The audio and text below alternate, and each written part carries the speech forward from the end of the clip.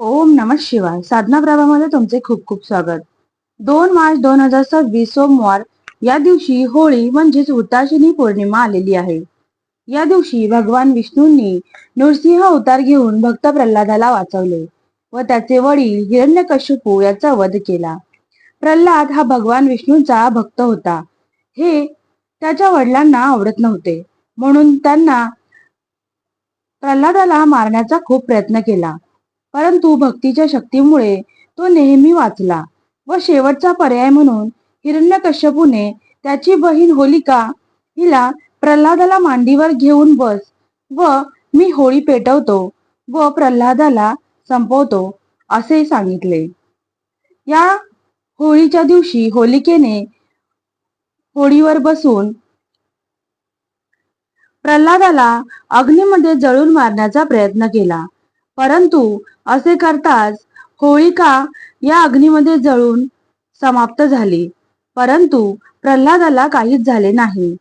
भक्तीची शक्ती याप्रमाणे प्रल्हाद वाचले. अशा प्रकारे भगवंताने प्रल्हादाला वाचवले.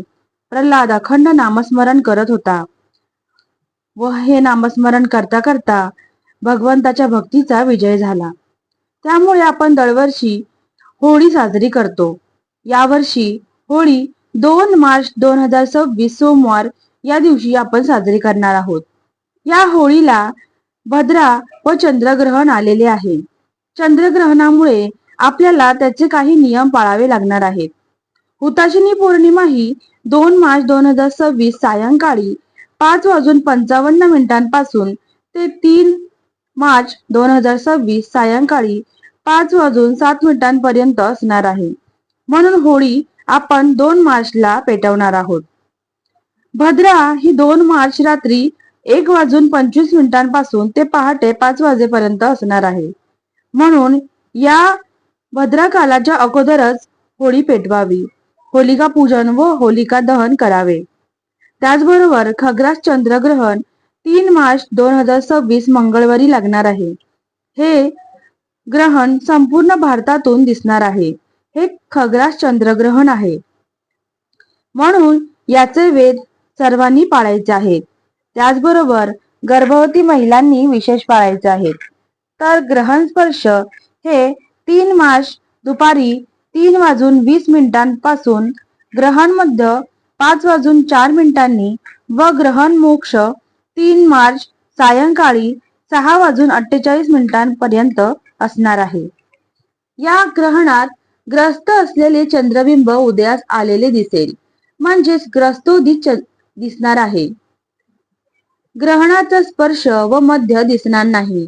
हे ग्रहण ग्रस्तोदित असल्याने 3 मार्चच्या सूर्योदयापासून ते मोक्षापर्यंत म्हणजे सायंकाळी 6:48 ग्रहणाचे वेध पाळायचे आहेत.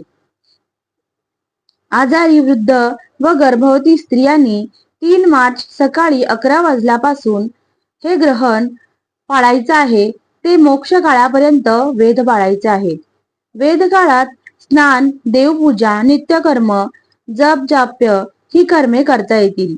ग्रहण कोणीही पाहू नये. ग्रहण काळात नामजप, स्तोत्रपठण, मंत्रपठण करावे.